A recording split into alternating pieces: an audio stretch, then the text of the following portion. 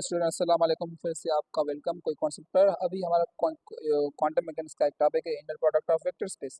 Inner product क्या होता है? बेसिकली एक वेक्टर की मल्टीप्लिकेशन होती है।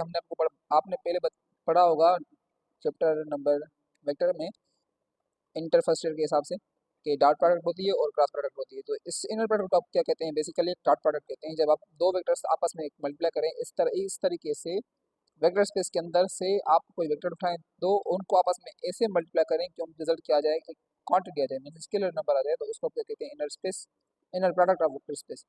अब ये आपको आप ये क्यों करते हैं? आप इससे आपको तीन चीज़ें मालूम होने को मिलती हैं। एक वेक्टर्स की लेंथ मिलने को मिलती है, और दूसरा एंगल उनके दरमियान कितनी है, और अगर वो और मीन्स ऑर्थोगोनलिटी मीन्स वो परपेंडिकुलर है या ना है, वो भी आपको इस इनर प्रोडक्ट से पता चल जाती है। तो यहाँ पर थोड़ा देखें, हमारे पास एक वेक्टर है ए और वेक्टर बी है। अब सपोज करें स्पेस में है तो उसके पास कंपोनेंट्स कितने होंगे? एक्स वाई जेड में होंगे। तो A X B X, A Y B Y, A Z B Z. Dot product में अगर आप डिफरेंट मल्टीप्लाई करते हैं तो उनके दरमियान एंगल कितनी होती है? 90। तो cos 90 होती है 0। तो ये फॉर्मूला क्या हो जाएगा? 0 हो जाएगा। तो हमने यहाँ पर सिमिलर मल्टीप्लाई कर दी है, जो कि बेसिक रूल है डॉट प्रोडक्ट का। अगर आपको बताया है कि अगर सिमिलर वेक्टर्स मल्टीप्लाई करते हैं तो उसका स्क्वायर बन जाता है, और वो इस तरीके से इक्वल होती है। अगर आपको क्या करना हो, इन डायमेंशनल आपके पास कंपोनेंट नहीं है, तो जस्ट आप क्या करेंगे? ए डॉट बी मल्टीप्लाई करके, और यहाँ पर इसके कंपोनेंट्स होंगे एन तक। तो आई हमने यहाँ पर समेशन लगा दिया है 1 से लेकर एन तक। जितने भी कंपोनेंट्स होंगे उन सभी को क्या करेंगे? आपस में मल्टीप्लाई कर देंगे। इसी तरह से ये जो चीज़ होती है वो इसके बराबर होगी, क्योंकि हमारे पास एन कंपोनेंट्स हैं। और ये जो लाइन है, ये जो लाइन आप देखेंगे अभी वेक्टर स्पेस में, तो वो किसको रिप्रेजेंट करेगी? प्रोडक्ट को। फाई एक वेक्टर वेक्टर है किसी वेक्टर स्पेस के अंदर, साई भी हमारा कोई वेक्टर है। अब ये क्या कर रहे हैं? आपस में इस लाइन के हिसाब से मल्टीप्लाई कर रहे हैं। मैंने आपको पहले बताया कि ये लाइन किसको रिप्रेजेंट करती है? मल्टीप्लिकेशन को रिप्रेजेंट करती है। पर ये कौन सी मल्टीप्लिकेशन है? इन प्रोडक्ट मीन्स डॉट प्रोडक्ट। ये हम नोटेशन क्यों यूज़ कर रहे हैं? इनर प्रोडक्ट के लिए किसी वेक्टर स्पेस के अंदर। अब यहाँ पर हमने पहले ये उठाया है, ये मीन्स हमारे पास वेक्टर है जो ये भी हमारा एक वेक्टर स्पेस के अंदर है, और ये भी वेक्टर है वो किसी दूसरी वेक्टर स्पेस के अंदर है। जब आप इसको मल्टीप्लाई करेंगे तो आपके पास कोई ना कोई वैल्यू आ जाएगी, पर वो मैग्नीट्यूड उठाएगा। ये हमारा केट वेक्टर को रिप्रेजेंट करता है, ये हमारा ब्रा वेक्टर को यूज़ करता है। आपने टर्म पढ़ा होगा ब्रेक केट, तो वहाँ से हमने ब्रे और केट रिप्रेजेंट किए हैं अलग अलग, उनकी कुछ प्रॉपर्टीज हैं, इसीलिए हमने उनको सेपरेट कर दिया है।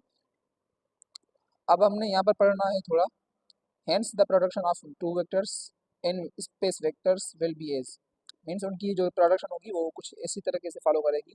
जब आप इन दोनों को मल्टीप्लाई करेंगे तो इसके पास आपको क्या आ जाएगा? स्केलर क्वांटिटी मिलेगी, आइदर वो रियल हो आइदर वो कॉम्प्लेक्स हो, मीन्स इमेजिनरी हो सकती है। अब इसकी प्रॉपर्टीज कौन सी हैं ये देखें। सबसे पहले हमने एक वेक्टर उठाया है बार, और दो वेक्टर आपस में कर दिए हैं एड।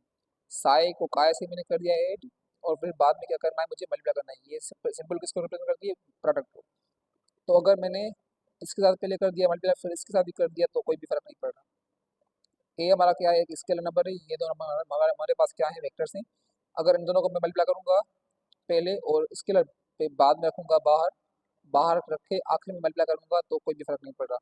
सिमिलरली यहाँ पर भी देखें इसी तरह से है, पर यहाँ पर हमारी रिजल्ट क्या आ जाएगी? कॉम्प्लेक्स आ जाएगी, ये बार हो जाएगा। तो अब यहाँ पर देखें, इनका यहाँ पर आर्डर मैटर करता है इनर प्रोडक्ट में। अगर आप एक वेक्टर पहले उठा रहे हैं और उसको मल्टीप्लाई करें दूसरे के साथ, अगर वहाँ पर थोड़ा सा रेसिप्रोकल करेंगे तो उसका बन जाएगा कॉम्प्लेक्स, मीन्स ये कॉम्प्लेक्स वैल्यू आ जाएगी।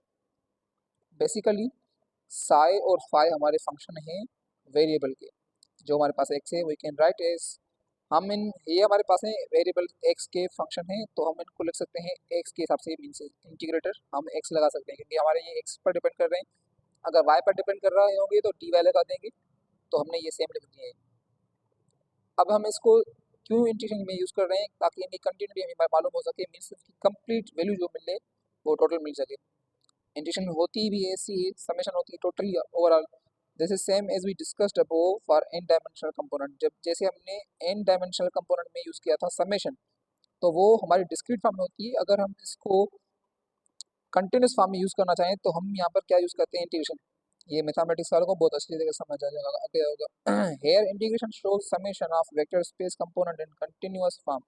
मैंने आपको पहले बताया कि कंटिन्यूस फॉर्म में आप क्या यूज़ करते हैं? इंटीग्रेशन, और डिस्क्रीट फॉर्म में आप यूज़ करते हैं क्या? समेशन। होप आपको समझ आ गया होगा। Inner inner product space vector की क्या होती है? जस्ट डॉट प्रोडक्ट होती है जिसमें से आपको एक मैग्नीट्यूड मिलता है। उसकी कुछ प्रॉपर्टीज ये थी और उसके हमने पहले कुछ लिख दिए थे ऑप्शन। थैंक यू और सब्सक्राइब करना ना भूलें।